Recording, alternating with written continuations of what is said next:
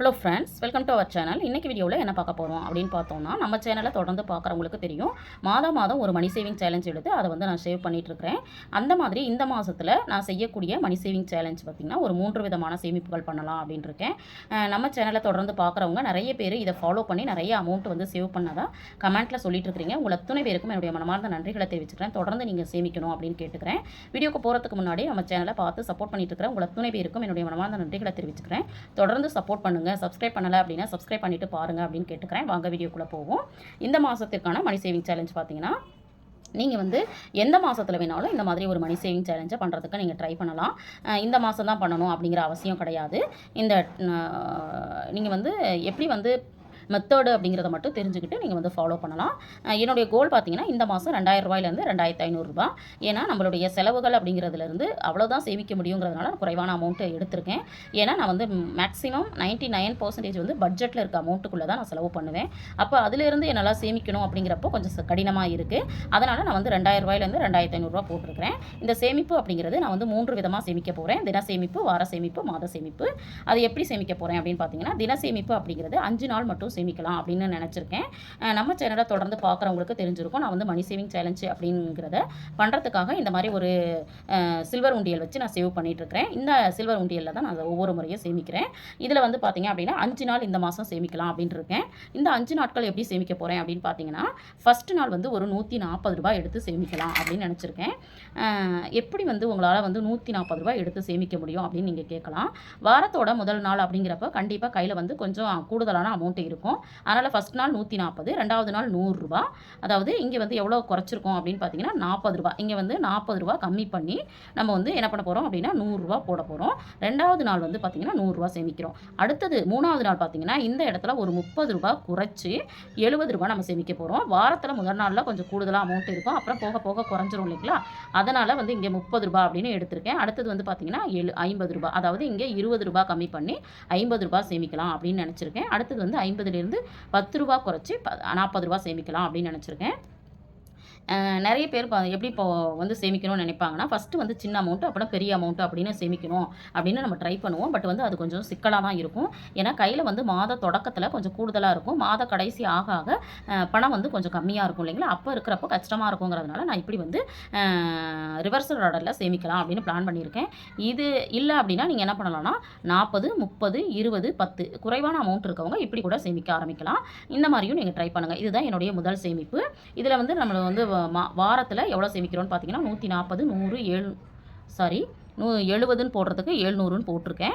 70, 50, 40 கூட்டினோன்னா நம்மளுக்கு வந்து ரூ. 400 வருது. அதாவது ஒரு வாரத்தில் 5 நாள் மட்டும் சேமிக்கும் போது எனக்கு வந்து ரூ. 400 கிடச்சிருது.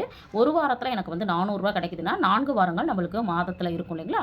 அப்போ 4 வாரமும் சேமிச்சோன்னா எனக்கு வந்து ரூ. 1600 சேமிச்சிட முடியும். அடுத்தது வந்து வார சேமிப்பு. இந்த வார சேமிப்பு அப்படிங்கிறது எல்லாருக்கும் தெரிஞ்ச ஒன்று தான். வாரத்தில் நம்ம செய்யக்கூடிய செலவுகள்லேருந்து சேமிக்கிறது. இப்போ வந்து வாரம் காய்கறி வாங்குவோம், கறி வாங்குவோம், ஃப்ரூட்ஸு, ஸ்நாக்ஸ் இது மாதிரிலாம் வாங்குவோம் இல்லைங்களா.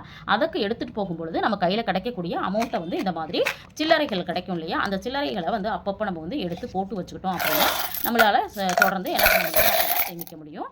இந்த மாதிரி தான் வந்து பார்த்திங்க அப்படின்னா நான் வந்து அப்பப்போ கையில் கிடைக்கிறத இந்த மாதிரி நான் வந்து சேமிப்புகளாக நான் வந்து பண்ணிகிட்ருக்கிறேன். இந்த மாதிரி நீங்களும் பண்ணலாம் அப்படிங்கிறதுக்காக தான் இந்த வீடியோ.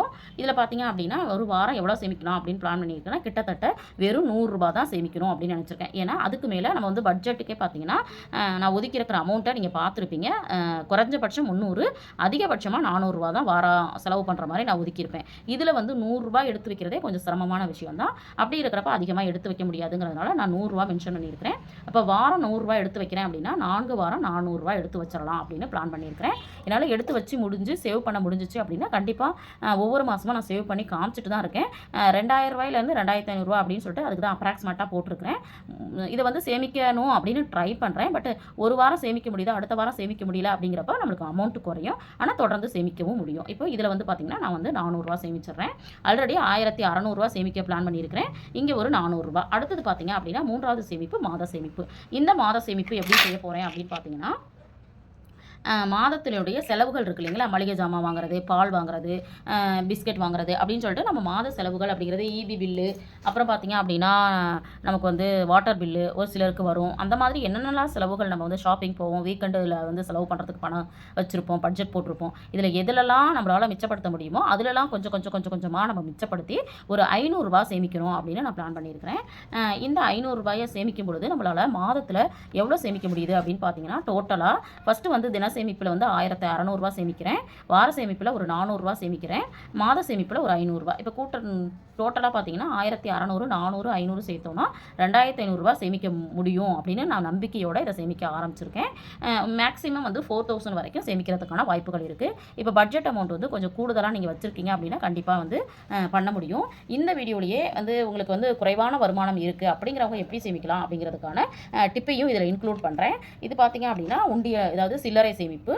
இந்த சில்லறை சேமிப்பு அப்படிங்கிறது பார்த்தீங்கன்னா இந்த வர ரூ. 2 அப்படின்னு சொல்லிட்டு ஒரு பாக்ஸ் நான் தனியாக வச்சுருக்கேன். அடுத்தது வந்து பார்த்தீங்கன்னா ரூ. 5 அப்படின்னு சொல்லிட்டு ஒரு பாக்ஸ் வச்சுருக்கேன். அடுத்து பார்த்தீங்கன்னா ரூ. 1 அப்படின்னு ஒரு பாக்ஸ் வச்சுருக்கேன். பார்க்குற வியூவர்ஸ் வந்து நிறைய பேர் என்ன கேட்டாங்க அப்படின்னு பார்த்தீங்கன்னா, எதுக்காக அப்படி தனித்தனியாக போட்டு சேமிக்கிறீங்க அப்படின்னு. எனக்கு வந்து இது வந்து பிடிச்சிருக்கு அப்படிங்கிறதுனால நான் சேமிக்கிறேன்.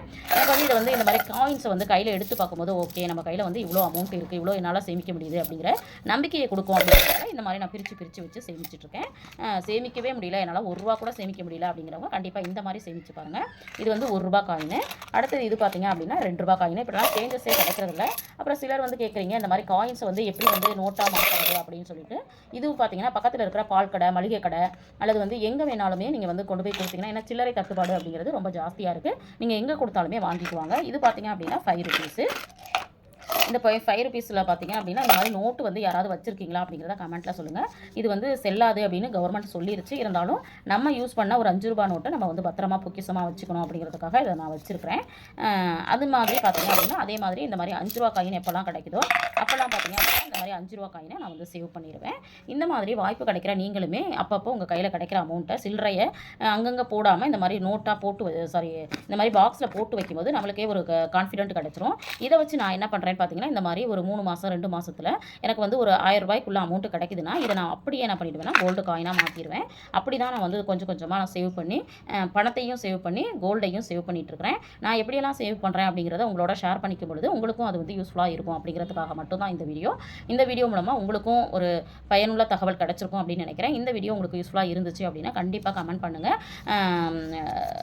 இது வரைக்கும் நம்ம சேனலை சப்ஸ்கிரைப் பண்ணாமல் பார்த்துட்ருக்கீங்க அப்படின்னா தயவுசெய்து சப்ஸ்கிரைப் பண்ணி வச்சுட்டு பாருங்கள். தேங்க்ஸ் ஃபார் வாட்சிங்.